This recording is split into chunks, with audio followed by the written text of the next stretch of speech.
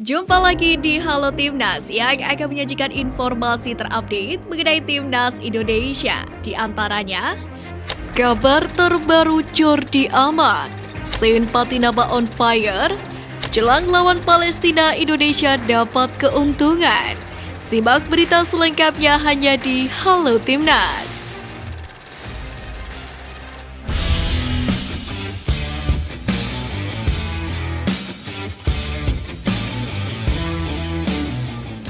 Setelah TC hari pertama hanya diikuti oleh 8 pemain, kali ini skuad Timnas Indonesia makin lengkap.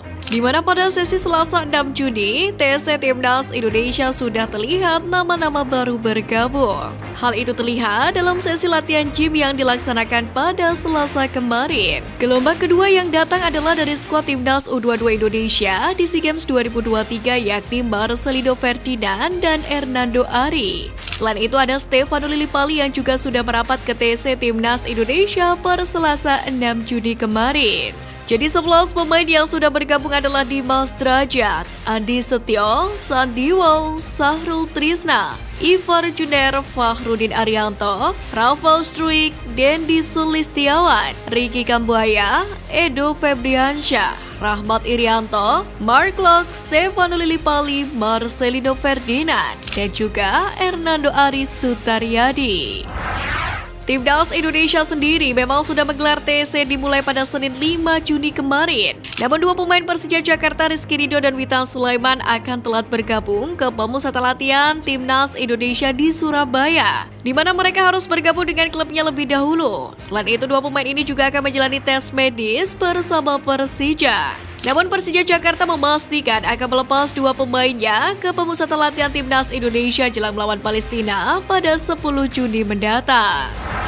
Dikatakan Erick Thohir saat meninjau latihan Timnas Indonesia di Stadion Gelora Bung Tomo, Surabaya pada Selasa kemarin. Ketum PSSI ini mengancam menghukum klub yang enggan melepas pemain ke Timnas Indonesia jelang FIFA Matchday melawan Palestina dan Argentina.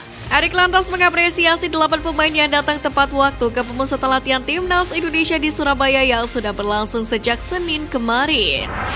Bek Timnas Indonesia Jordi Amat mengalami cedera, di mana cedera itu didapatkan saat Jordi membela Johor Darul Takzim saat mengalahkan Pulau Pinang Aussie. Jordi Amat sendiri bermain dalam pertandingan itu sejak awal. Sayang, di awal babak kedua, ia digantikan oleh Syahrul Saad. Cedera yang menimpa Jordi Amat tentu membuat khawatir bagi supporter JDT dan fans Timnas Indonesia.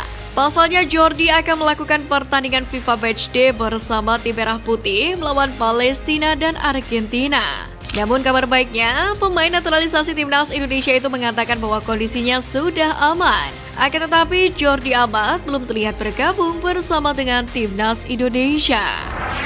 Kapten Timnas Indonesia Dendi Sulistiawan berjanji tidak akan melakukan pelanggaran keras kepada pemain-pemain Argentina. Menurutnya, sepak bola saat ini tidak perlu harus melakukan pelanggaran keras, contohnya seperti sliding tackle. Dendi mengatakan itu bukan karena faktor segan dengan para pemain Argentina, namun lebih kepada saling respect satu sama lain. Striker Bayangkara FC itu juga menyadari bahwa pemain Argentina mayoritas berkarir di Eropa. Ia juga tidak ingin akibat pelanggaran keras itu bisa merugikan klub dan para pemain Argentina. Dalam permainan nanti, Dendi hanya akan bermain keras dalam dunia sepak bola. Keras yang dimaksud di sini adalah lebih kepada tidak mencelakai tim lawan. Pemain belakang Timnas Indonesia Elkan Bagot masuk untuk membela skuad Merah Putih untuk FIFA Matchday bulan Juni ini. Kabar bergabungnya Elkan Bagot ke Timnas Indonesia mengundang perhatian dari salah satu media regional di Inggris yang berbasis di Ipswich yaitu TWTD. TWTD sendiri menerbitkan berita pemanggilan Elkan Bagot ke Timnas Indonesia. Melihat berita tersebut, beberapa supporter Ipswich Town ada yang mengirim pesan menyentuh kepada Elkan Bagot. Supporter tersebut ada yang menanti pertemuan Elkan Bagot dengan Lionel Messi. Bukankah itu akan menjadi kisah yang fantastis untuk diceritakan ketika saya bermain melawan Messi? Semoga sukses EB, ujar supporter Ipswich Town. Pemain keturunan yang telah dinaturalisasi Saint Patinama menunjukkan talentanya bersama klubnya Viking FK di Liga Norwegia saat menghadapi mantan klub Erling Haaland Molde FK. Jelang bergabung Timnas Indonesia untuk melakoni FIFA Matchday. Di laga tersebut, Saint Patinama turun sebagai starter sebagai bek kiri. Ia pun berhasil mencatatkan 1 assist untuk gol timnya. Asisnya itu tercipta di gol kedua Viking FK yang dicetak oleh Sondre Bjørsol di awal babak kedua atau tepatnya di menit ke-47. Asis yang diberikan pun terbilang cukup cantik. Sin Patinama melepaskan umpan silang terukur dengan kaki kirinya ke arah depan gawang Molde FK.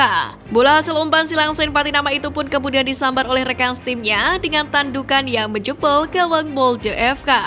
Meski Viking FK tumbang, asis Sin Patinama itu pun menjadi tanda-tanda bahwa dirinya siap melakukan debutnya bersama timnas Indonesia di FIFA Matchday Juni ini.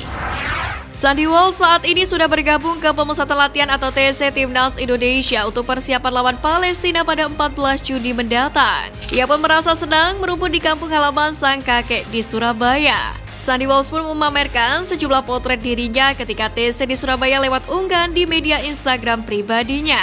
Ia lagi-lagi mengungkap rasa bahagianya. Postingan pemain KV Mechelen tersebut pun sontak mengundang perhatian netizen. Tak terkecuali dengan sesama pesepak bola, salah satunya bek naturalisasi Malaysia Dion Coles yang ikut senang melihat rekannya berumput di Surabaya. Sandy Walsh dan Dion Coles sendiri memiliki kesamaan, di mana keduanya merupakan pemain yang memiliki pengalaman berkarir di Belgia. Sandy Walsh sudah sah menjadi WNI sejak akhir tahun 2022 lalu. Dan pada akhirnya, bek kanan berusia 28 tahun ini pun berhasil mendapatkan panggilan di FIFA Matchday Juni ini. Sandy punya kesempatan debut melawan Palestina serta Argentina.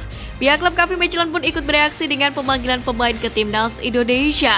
Mereka bangga dan menyebut Sandy mencari menit bermain. Dia meninggalkan kamp pelatihan. Sandy akan mengikuti pemusatan latihan bersama timnas Indonesia pekan ini. Dia mencari menit bermain pertamanya mungkin selama pertandingan eksebisi pada 14 Juni Palestina dan 19 Juni Argentina. Tulis akun Instagram @KVMechelen.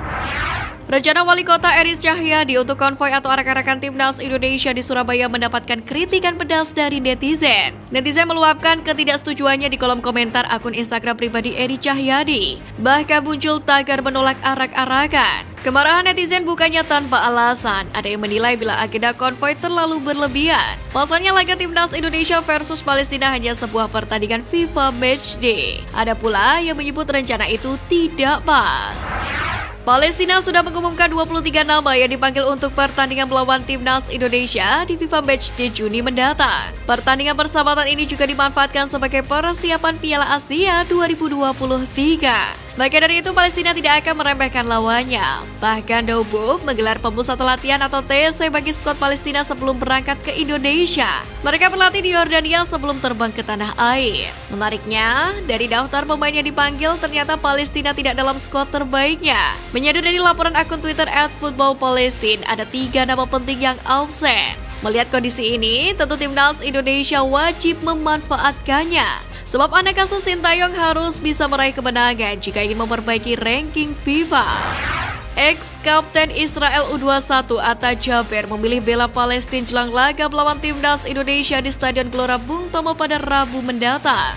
Atta Jaber akan membela Palestina setelah menyelesaikan perpindahan kewarganegaraannya. Dalam laporan Football Palestine, PSSI-nya Palestina atau PFA telah menyatakan kalau Atta Jaber akan mewakili Palestina. Bahkan ia dibawa pelatih ke Indonesia untuk FIFA Matchday Juni ini. Masih dalam laporan Football Palestine, otoritas Palestina juga sudah menerbitkan dokumen perjalanan Atta Jaber untuk menjalani debut saat melawan timnas Indonesia nanti.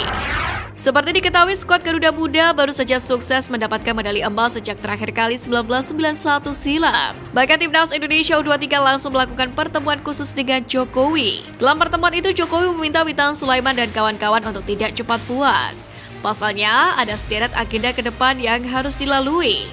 Jokowi juga ingin sepak bola Indonesia bangkit dan melakukan revolusi mental.